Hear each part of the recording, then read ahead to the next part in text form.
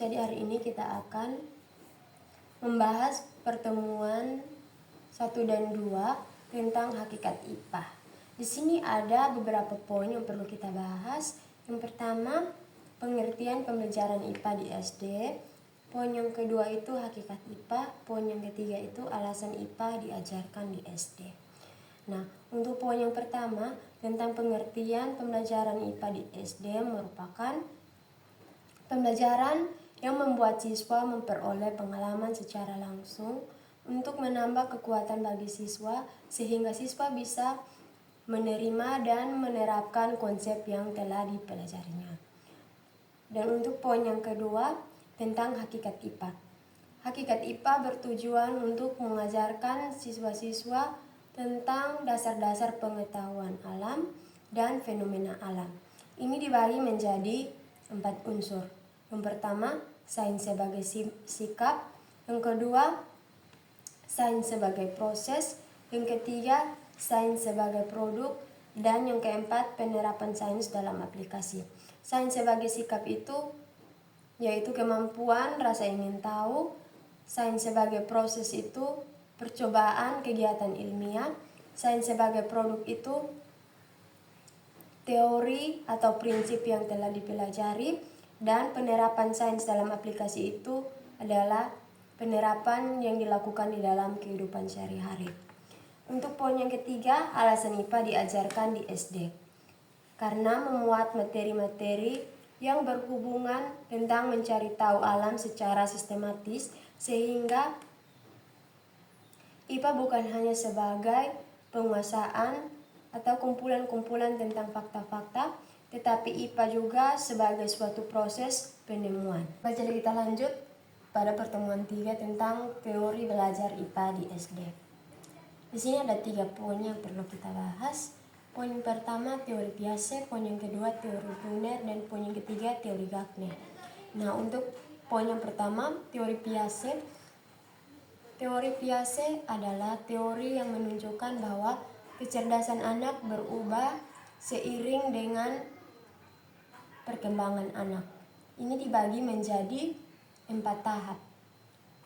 Tahap yang pertama, tahap sensori motor, itu dimulai dari usia 0 sampai 2 tahun.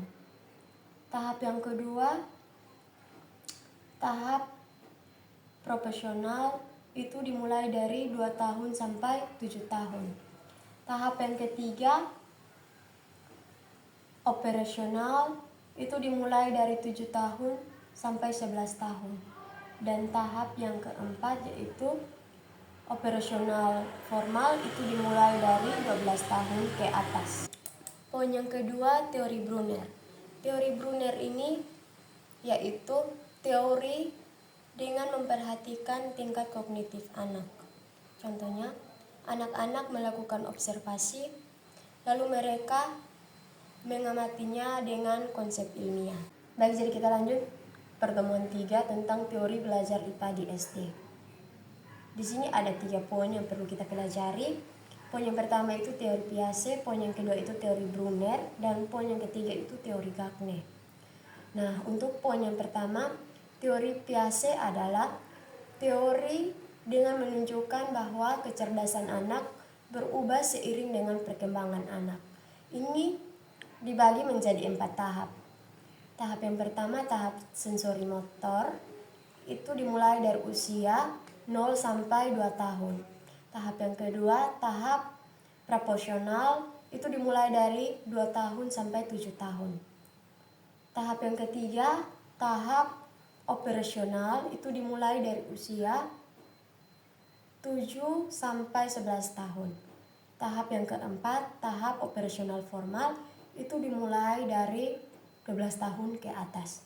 Nah, untuk poin yang kedua tentang teori Brunner. Teori Brunner merupakan teori yang menunjukkan tentang tingkat kognitif dari anak. Contohnya, anak-anak melakukan observasi, lalu mereka mengamatinya dengan konsep ilmiah. Teori yang ketiga, teori Gardner. Teori Gardner merupakan teori dengan penerapan pembelajaran terstruktur. Jadi kita lanjut pertemuan 4 dan 5 tentang taksonomi Bloom. Di sini ada 3 poin yang perlu kita bahas. Poin yang pertama itu klasifikasi kemampuan belajar menurut Benjamin Bloom. Yang kedua itu ranah kognitif menurut taksonomi Bloom. Dan yang ketiga itu perubahan KKO ranah kognitif oleh Anderson. Nah, untuk poin yang pertama itu dibagi menjadi 3 ranah, yaitu ranah kognitif, ranah psikomotor, dan ranah afektif. Nah, untuk ranah kognitif itu yaitu kemampuan untuk memperoleh pengetahuan tentang fenomena alam. Dan untuk ranah psikomotor itu kemampuan dengan melibatkan gerak fisik. Sedangkan untuk ranah afektif itu kemampuan yang berkaitan dengan sikap, perasaan, dan emosi. Untuk poin yang kedua, ranah kognitif menurut taksonomi Bloom dibagi menjadi 6 kelompok atau 6 tingkat. Yang pertama itu C1, pemahaman, C2 pengetahuan, C3 penerapan, C4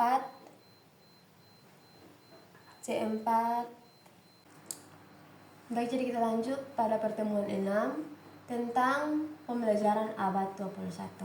Di sini ada 3 poin yang perlu kita bahas. Poin yang pertama itu konsep pembelajaran abad 21. Poin yang kedua itu peran dan karakter guru abad 21. Poin yang ketiga itu model pembelajaran abad 21. Nah, untuk poin yang pertama, konsep pembelajaran abad 21 merupakan suatu peralihan pembelajaran di mana kurikulum dikembangkan dari teacher centered menjadi student center. Ini meliputi 4 porsi. Yang pertama, critical thinking, yaitu berpikir kritis. Communication, yaitu komunikasi antara guru dan siswa. Collaboration itu yaitu kerjasama antara guru dan siswa. Yang keempat itu kreativitas, yaitu kreativitas yang dimiliki oleh guru dan siswa dalam melakukan sesuatu. Poin yang kedua, peran dan karakter guru abad 21. Yang pertama, lifelong learning, itu artinya pembelajaran seumur hidup. Yang kedua itu inovatif dan kreatif, artinya guru harus menciptakan suasana yang menarik di dalam kelas. Yang ketiga itu menggunakan teknologi. Poin yang ketiga, model pembelajaran abad 21. Yang pertama, student centered, artinya pembelajaran di dalam kelas. Yang kedua, discovery learning. Yang ketiga, model pembelajaran abad 21. Yang pertama, student centered, itu artinya peran aktif siswa di dalam kelas. Yang kedua itu discovery learning, itu artinya teori belajar penemuan. Yang ketiga, flipped classroom, itu belajar di luar kelas. Baik, jadi kita lanjut pertemuan 7 tentang kompetensi guru abad 21. Di sini mencakup 4 profil kompetensi. Kompetensi yang pertama, pedagogik. Yang kedua, kompetensi kepribadian. Yang ketiga, kompetensi sosial. Yang keempat, kompetensi profesional. Nah, untuk poin yang pertama, kompetensi pedagogik adalah kemampuan atau keterampilan guru dalam melihat karakteristik siswa dari berbagai kehidupan, baik itu moral, emosional, maupun intelektual. Poin yang kedua, kompetensi kepribadian. Itu artinya guru yang bertindak sesuai dengan norma yang berlaku. Poin yang ketiga, kompetensi sosial. Artinya interaksi yang efektif antara guru dan siswa dalam memahami dunia di sekitarnya. Yang keempat, kompetensi profesional.